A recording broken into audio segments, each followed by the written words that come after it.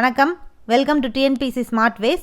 So இந்த கிளாஸில் நம்ம என்ன பார்க்க போகிறோன்னா, டிஎன்பிசி ஏஇயில் ப்ரீவியஸ் இயரில் கேட்ட இந்தியன் பாலிட்டிலேருந்து ஒரு கொஷின் டீட்டெயில் எக்ஸ்ப்ளனேஷனோட பார்க்க போகிறோம். ஸோ அது எந்த கொஷின் அப்படின்னு பார்க்கலாம்.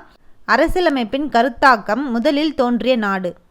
ஸோ இந்த கொஷினில் என்ன கேட்டிருக்காங்க, ஸோ அரசியலமைப்பின் கருத்தாக்கம் ஃபஸ்ட்டு எந்த கண்ட்ரியில் ஆரிஜினேட் ஆச்சு, எங்கே தோன்றுச்சு அப்படின்னு சொல்லி கேட்டிருக்காங்க. ஸோ அந்த அரசியலமைப்பு அப்படின்ற இந்த கருத்தாக்கம் முதல்ல எங்கே ஆரம்பிச்சதுன்னு பார்த்தோன்னா, வேர்ல்டு லெவலில் அமெரிக்கா ஐக்கிய நாடு, அதாவது அமெரிக்காவில் தான் யூஎஸ்ஏல தான் ஃபஸ்ட்டு இந்த அரசியலமைப்பு அப்படின்ற இந்த கருத்தாக்கம் தோன்றியிருக்குது. ஸோ நம்மளுக்கு கொஷினில் அதான் கேட்டிருக்காங்க.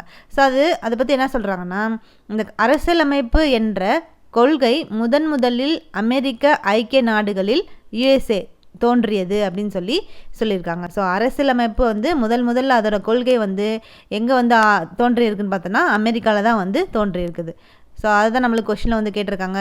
ஸோ அப்போ ஆப்ஷன் பி அமெரிக்கா. ஸோ அரசியலமைப்பின் கருத்தாக்கம் முதலில் தோன்றிய நாடு எது அப்படின்னு சொல்லி தான் கேட்டிருக்காங்க. ஸோ அது எதுன்னு பார்த்தோன்னா அமெரிக்கா ஐக்கிய நாடு, யூஎஸ்ஏ. ஸோ அப்போ ஆப்ஷன் பி கரெக்டான ஆன்சர்.